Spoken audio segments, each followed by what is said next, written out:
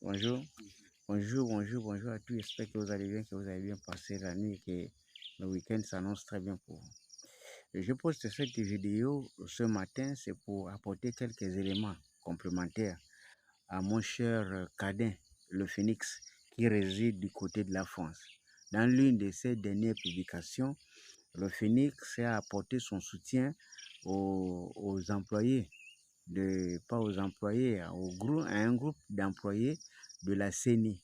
Et donc l'entité qui est en ce moment en train d'être négociée par le groupe Ebomaf. Et donc, si je viens, c'est pour apporter quelques éléments complémentaires, parce que du côté des Mbeng, vous ne pouvez pas avoir l'ensemble des éléments. Et la première chose que je souhaite euh, donner à mon cher Cadin, c'est que vous savez, lorsque vous avez une dépêche du pays, lorsqu'on vous envoie une information depuis le pays, il est souvent bien de mener une sorte d'enquête pour rentrer à profondeur sur le dossier avant de venir communiquer, parce que cela augmente votre crédibilité et cela rend vos propos et surtout vos arguments beaucoup plus crédibles. Et donc, je vais essayer de résumer la situation pour essayer de permettre au plus grand nombre de comprendre la complexité du dossier de la CENI. Dans un premier temps, sachez que la CENI, c'est une société presque en faillite, avec 17 mois d'arriérés de salaire et tous les problèmes que vous connaissez. Donc le groupe Ebomaf arrive, parce que les 17 mois ne concernent pas Ebomaf, c'était là depuis. C'est dû à la mauvaise gestion de pays que le Phénix connaît très bien, parce que ce n'est pas la seule entreprise qui a des problèmes de gestion. Donc quand Ebomaf arrive, Ebomaf est intéressé parce qu'à l'intérieur de Ebomaf, il y a une multitude de disciplines. Ebomaf est donc intéressé parce que ça fait partie des secteurs que Ebomaf vise. Donc Ebomaf est intéressé, Ebomaf s'est dit, bon, voici quelque chose qui a des problèmes, on peut négocier pour voir si on peut répondre. Et c'est comme ça que Ebomaf s'entend avec l'État gabonais. Pour dire, la structure nous intéresse, nous on veut répondre à la structure. C'est ce qu'on appelle la convention. Ils vont donc essayer de réfléchir pour signer ensemble les documents. Je vous donne le langage simple pour permettre au plus grand nombre de comprendre de quoi il est question. Donc ils vont tomber d'accord sur un certain nombre de choses. Ils vont donc signer. Et dans la signature de la convention que vous entendez là, il y avait des points suspensifs. J'explique, hein, parce que quand on dit que les points suspensifs là, ce sont des points où on dit si ces points-là ne sont pas respectés, on va suspendre ou on arrête la collaboration. C'est ça. Ah ouais, c'est le français, parce que nous autres là, on ne comprend pas très bien. Et donc, parmi les points qui pouvaient amener la procédure à être suspendue, il y avait la responsabilité de l'État. L'État avait sa part de responsabilité et Boumaf avait sa part de responsabilité. Dans la part de responsabilité qui combat à l'État, l'État était censé nettoyer, effacer l'ardoise des dettes de la CENI, entre autres des dettes, 17 mois d'arriérés de salaire et tout ce qui va avec. L'État était censé éponger ça avant de remettre cette entité à Ebomaf pour qu'Ebomaf puisse lancer le réinvestissement évidemment, dans cette entreprise pour la rendre beaucoup plus agréable et beaucoup plus rentable. Malheureusement, l'État, pour des raisons peut-être indépendamment de sa volonté, n'a pas encore honoré à cette responsabilité. Et donc, Ebomaf, ayant la volonté d'aller très vite, a proposé à l'État, de façon verbale, sa volonté à résoudre même le problème de la dette.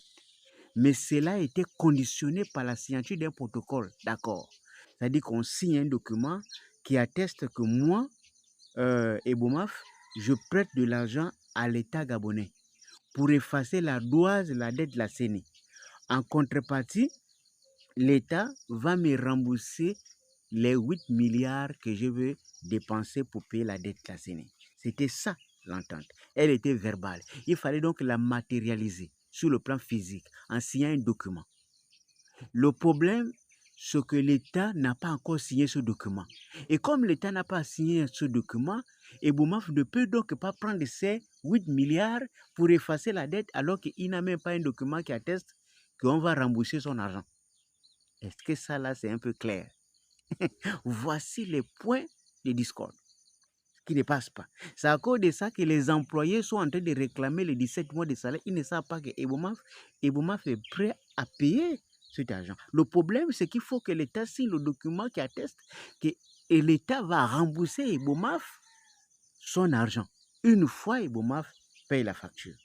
Ça, c'est le premier point. Deuxième point, c'est que dans l'investissement, ayant la volonté d'aller vite, Ebomaf va finir par découvrir que les sites cédés à Ebomaf, ça veut dire quand on te donne l'entreprise, on donne aussi les terrains. Donc les terrains qu'on a cédés à Ebomaf, ces terrains n'appartiennent pas à l'État, mais à quelqu'un d'autre.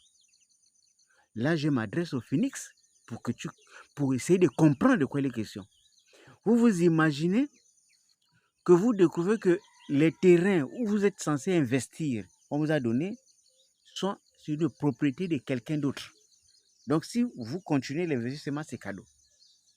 Et donc, Ebomaf se retrouve dans une situation compliquée. Que faire? C'est pour cette raison qu'Ebomaf a dénoncé la convention par voie autorisée, c'est-à-dire par courrier auprès des ministères concernés et à la présidence de la République. Les documents sont déjà là-bas. Parce que Ebomaf s'est rendu compte que le projet est compliqué. Donc, il a dénoncé. Et donc, ceux qui revendiquent les 17 mois d'arriérés des salaires, peut-être n'ont pas cette information ou le font par mauvaise foi. Mais sinon, en réalité, Ebomaf n'a rien à voir là-dedans. Maintenant, concernant le problème de recettes, parce qu'après un moment, Ebomaf a essayé de fonctionner pour voir comment est-ce qu'on peut lancer la machine. Mais Ebomaf s'est rendu compte que même en termes de recettes, pour l'instant, les recettes qui sortent de la CENI sont inférieures à la couverture totale de la dépense de la CENI, en termes de salaires, fournisseurs et tout le reste. Et donc, c'est encore à ce niveau-là. Et donc, et au regard de tout ça, on va décider de suspendre cette convention. Donc, au moment où je vous parle, de façon officielle, parce qu'il y a déjà eu la communication là-dessus, Ebomaf a dénoncé cette convention. Ça veut dire que pour l'instant, elle est suspendue. Ebomaf a suspendu sa collaboration là-dedans parce que la procédure a connu quelques difficultés. Hein, parce que jusqu'à présent, il y a une partie qui n'a pas rempli ses obligations.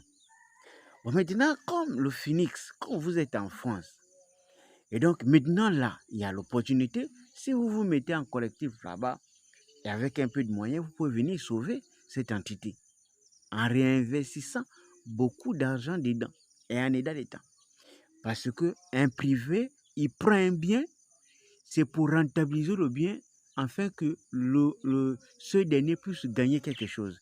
Tu ne vas pas prendre un truc qui ne vaut plus rien du tout et qui a des problèmes alors que tu as encore beaucoup de difficultés. Donc voilà un peu de façon résumée ce que je voulais apporter à mon cher Kadin comme élément complémentaire. Évidemment, on pourra faire mieux.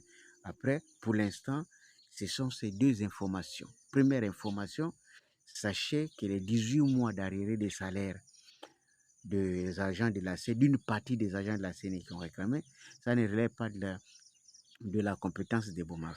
Et ce n'est pas Ebomaf qui ralentit la procédure, parce que Ebomaf a donné la volonté de résoudre ce problème-là. Mais malheureusement, on ne pouvait pas résoudre le problème tout simplement parce que, au-delà de l'argent, il y a le fait qu'il fallait prendre une décision, une signature permettant à l'État de rembourser Ebomaf une fois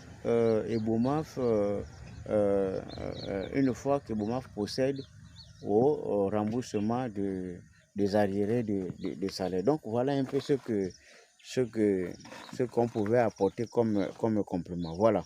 Et puis évidemment, après la découverte des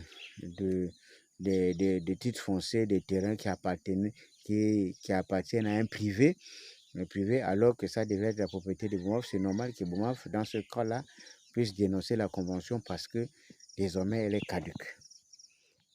Du beau, tiens, j'espère avoir dit l'essentiel.